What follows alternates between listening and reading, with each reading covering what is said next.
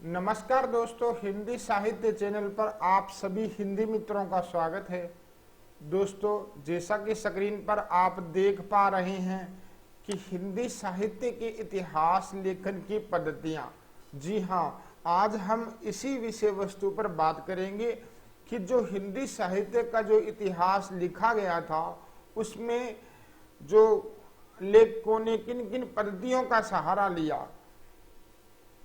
आजकल जो भी एग्जाम हो रहे हैं उसमें इस टॉपिक से संबंधित एक या दो क्वेश्चन परीक्षा में आपको जरूर मिलते हैं।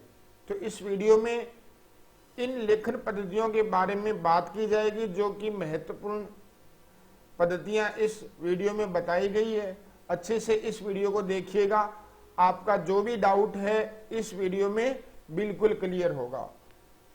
तो शुरुआत करते हैं हम कि पहली जो महत्वपूर्ण पद्धति थी लेखन, जो पद्धति थी इतिहास लेखन की, वर्णानुक्रम पद्धति। देखिएगा, वर्णानुक्रम शब्द से यहां ध्यान लग रहा है कि वर्ण कि वर्णों के अनुसार जिस लेखक ने अपने इतिहास लेखन में पद्धति का सहारा लिया, वर्णानुक्रम पद्धति कहलाती है।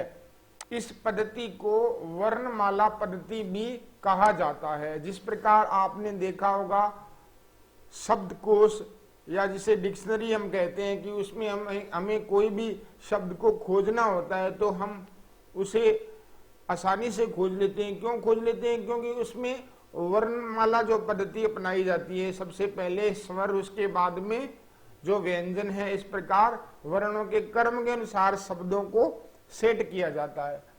तो बस यही पद्धति वर्णानुक्रम पद्धति कहलाती है।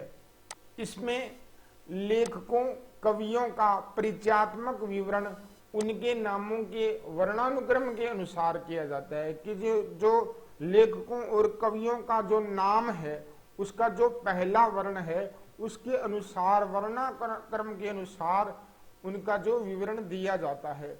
इस पद्धति में जिस प्रकार देखिएगा, कबीर और केशव का विवेचन एक साथ इसलिए करना पड़ेगा क्योंकि दोनों के नाम का जो पहला अक्षर है क, जो अक्षर से प्रारंभ होते हैं, भले ही वे कालक्रम की दृष्टि से भक्ति काल जो कि कबीर जी, इसके अलावा जो रीति काल है उसमें केशव थे, तो दोनों का जो समय काल अलग था, लेकिन वर्णानुक्रम पद्धति के अनुसार इनका नाम इकट्ठा जो विवरण में दिया गया।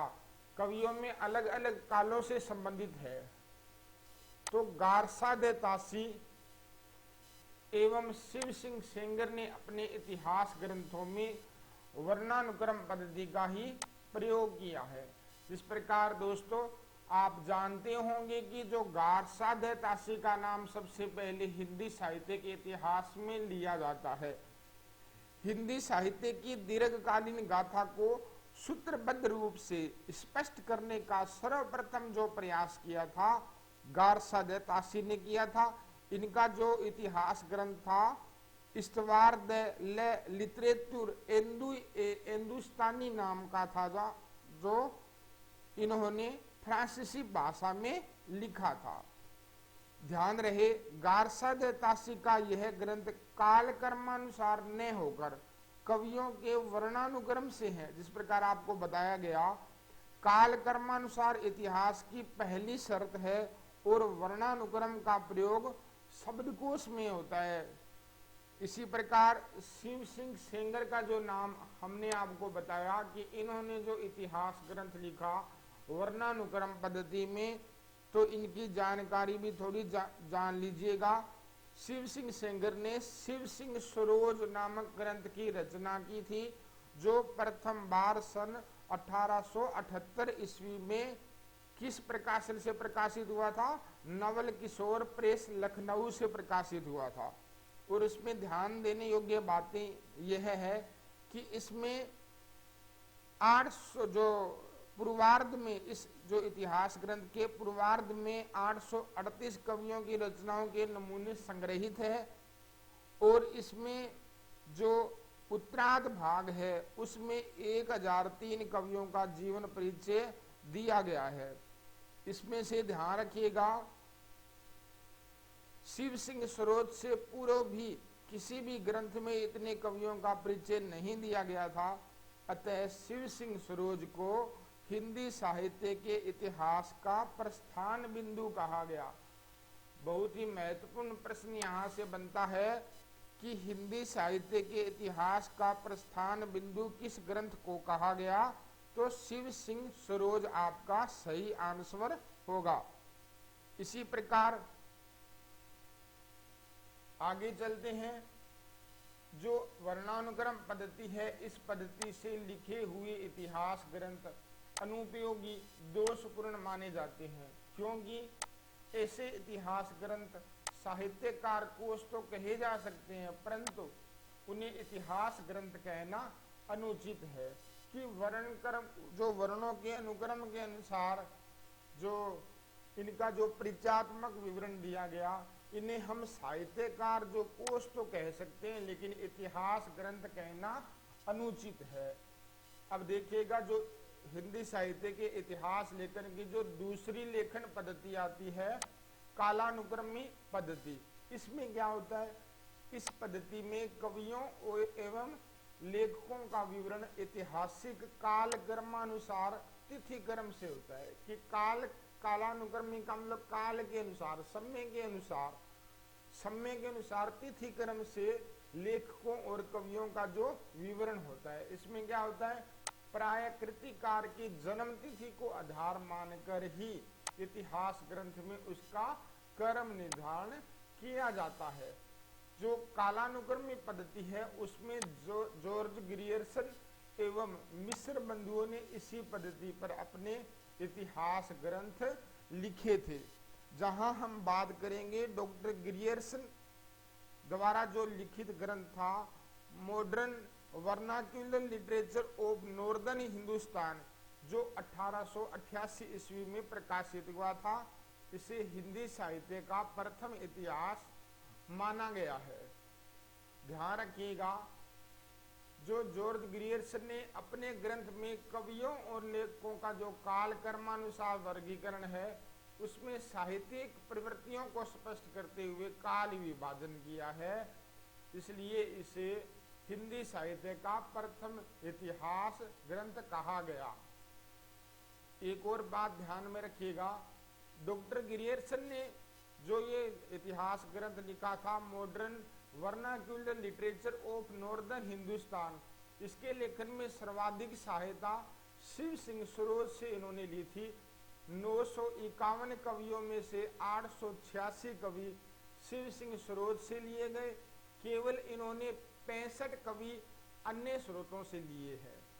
और ग्रियर्सन का यह ग्रंथ हिंदी साहित्य के इतिहास की नींव का वह पत्थर है जिस पर आचार्य शुक्ल ने अपने सुप्रसिद्ध हिंदी साहित्य का इतिहास का भव्य भवन निर्मित किया था।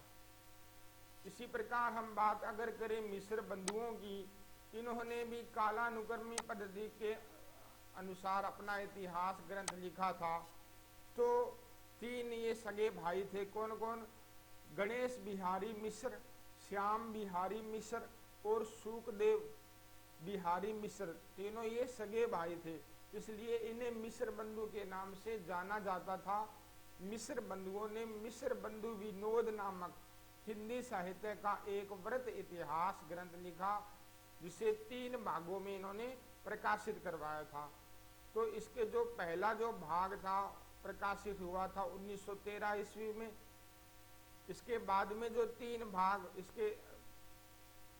इसके जो प्रकाशित हुआ, चौथा भाग जो प्रकाशित हुआ था, इसके टोटल 4 जो भाग थे, इसमें पहला भाग था वो तो 1913 ईस्वी में प्रकाशित हुआ, और जो चतुर्थ भाग था इसका 1924 ईस्वी में प्रकाशित हुआ था।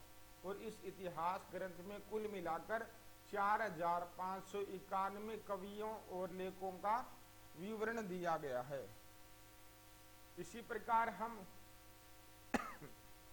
आगे बढ़ते हैं। साहित्य का इतिहास रचनाकारों का जीवन परिचय एवं उनकी कृतियों का उल्लेख मात्र से पूरा नहीं होता, अपितु उसमें युगीन परिस्थितियों के संदर्भ में कवि की प्रवृत्तियों का विश्लेषण भी किया जाना चाहिए। इसके अभाव में यह इतिहास ग्रंथ न रहकर कवियों का वृत्त संग्रह मात्र बन जाता है। कि कहने का अर्थ यह है कि कोई भी अगर इतिहास ग्रंथ लिख रहे हैं तो उसमें उस युग की परिस्थितियां और जो वहां के रहने वाले लोगों की प्रवृत्तियां, उनका विश्लेषण जरूरी होता है, तभी वह इतिहास ग्रंथ पूर्ण माना जाता है। इसी प्रकार हम बात करेंगे वैज्ञानिक पद्धति की। वैज्ञानिक पद्धति में इतिहास लेखक पूर्णतः निरपेक्ष एवं तटस्थ रहकर तथ्य संकलन करता है, कि वह किसी का पक्ष नहीं लेता, सभी से अलग हटकर वह तथ्यों का संकलन करता है इस विधि में, और उन्हें क्रमबद्ध एवं व्यवस्थित रूप में प्रस्तुत कर देता है। इसमें क्रमबद्धता एवं तर्क पुष्टता अनिवार्य रूप से होती है। किस पद्धति में? वैज्ञानिक पद्धति में। इस पद्धति में भी वही दोष है जो काल कर्मानुसारी पद्धति में है। इतिहास तथ्य संकलन मात्र न होकर व्याख्या एवं विश्लेषण की अपेक्षा भी करता है। इन विद्वानों के मध्य जो संग्रह उपयोगी तो हो सकते हैं, जो इनके जो ग्रंथ लिखे हुए हो वो उपयोगी तो हो सकते हैं, पर वह पूर्ण सफल तभी कहला सकते हैं जब व्याख्या एवं विश्लेषण पर अपेक्षित ध्यान दे। इसी प्रकार हम चौथी जो महत्वपूर्ण पद्धति है उसकी बात करेंगे, विधेयवादी पद्धति। विधेयवादी पद्धति का नाम आते ही हमें रामचंद्र शुक्ल याद आते हैं। साहित्य का इतिहास लिखने में यह पद्धति सर्वाधिक उपयोगी सिद्ध हुई है। इस पद्धति के जन्मदाता तेन माने जाते हैं। कौन है? तेन, जिन्होंने विधेयवादी पद्धति को 3 शब्दों में बांटा है: जाति, वातावरण एवं क्षण विशेष। ये 3 ऐसे तत्व है, उनको मिलाकर अगर इतिहास ग्रंथ लिखा जाए विधेयवादी पद्धति कहलाती है। साहित्य के इतिहास को समझने के लिए उससे संबंधित जातीय परंपराओं, तदयुगीन वातावरण एवं परिस्थितियों का वर्णन विश्लेषण अपेक्षित होता है। कि उस युग की परिस्थितियां, उस युग का वातावरण, वहां की जो जातीय परंपराएं हैं, इनको सबको मिलाकर अगर इतिहास ग्रंथ लिखा जाए वो है जो इतिहास ग्रंथ विधेयवादी पद्धति में आता है।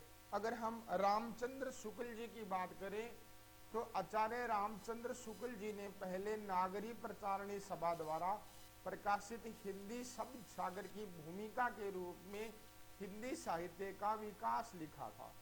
हिंदी साहित्य का विकास जो जनवरी 1929 ईस्वी में प्रकाशित हुआ था। इसके बाद इसके जो परिवर्धित एवं विस्तृत करके इसे स्वतंत्र पुस्तक के रूप में हिंदी साहित्य का इतिहास नाम से प्रकाशित करवाया गया था।